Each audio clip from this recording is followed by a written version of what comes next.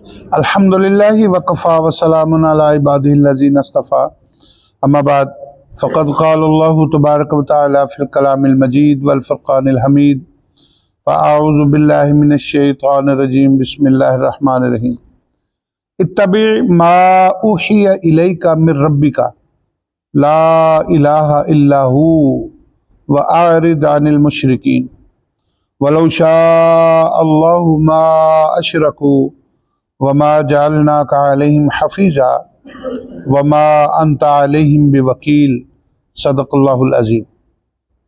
آیت نمبر 106 اور 107 سورہ انعام 7واں پارہ 19واں یعنی 7ویں پارے کا آخری رکوع۔ اللہ وحدہ لا شریک نے ارشاد فرمایا پیارے رسول صلی اللہ علیہ وسلم سے، اس پر چلو جو تمہیں تمہارے رب کی طرف سے وحی ہوتی ہے، اس کے سوا کوئی معبود نہیں، اور مشرکوں سے منہ پھیر لو، اور اللہ چاہتا تو وہ شریک نہ کرتے، اور ہم نے تمہیں ان پر نگہبان نہیں کیا اور تم ان پر کروڑے یعنی نگہبان نہیں ہو۔ یہ ہے معززین کرام ترجمہ ان دو آیات کا۔ اتبع ما اوحی الیک من ربک، کس سے فرمان ہے؟ یہ رسول اللہ صلی اللہ علیہ وسلم سے فرمان ہے۔ اتباع کرو۔ تو کیا رسول اللہ صلی اللہ علیہ وسلم بھی کسی کی اتباع کرتے ہیں؟ میاں اس بات کو ذہن میں رکھنا ضروری ہے، میرے لیے، آپ کے لیے، مخلوق کے لیے، ہر کسی کے لیے۔ ہم سب اللہ کی اتباع نہیں کر سکتے۔ اتباع کا معنی ہوتا ہے پیچھے پیچھے چلنا۔ اتباع کا معنی ہوتا ہے نقش قدم پر چلنا، یا آسان لفظ ہے نقش قدم پر چلنا، جہاں جہاں پیر رکھے وہاں وہاں رکھوں۔ مثال دے دیتا ہوں اور آسان ہو جائے۔ یہ آپ نے واقعہ کئی بار سنا ہے کہ جب نبی کریم صلی اللہ علیہ وسلم مناظرے کے لیے تشریف لائے تھے تو آپ کے دائیں ہاتھ میں آپ نے حضرت امام حسین علیہ السلام کو اٹھایا ہوا تھا، دائیں ہاتھ میں حضرت امام حسن علیہ السلام تھے، آپ کے پیچھے حضرت سیدہ فاطمہ الزہرا رضی اللہ تعالیٰ عنہ تھی، اور ان کے پیچھے مولا کائنات حضرت مولا علی سرکار تھے۔ اچھا، یہ یہاں اتباع نہیں ہے مقصود، میں آپ کو صرف سمجھانے کے لیے بتا رہا ہوں۔ کیا ہوا تھا کہ جہاں قدم رکھے میرے رسول نے وہاں قدم رکھے حضرت سیدہ فاطمہ الزہرا رضی اللہ تعالیٰ عنہ، یعنی سرکار کے قدم کے اوپر، سرکار کے قدم کے نشان کے اوپر اپنا قدم مبارک رکھا۔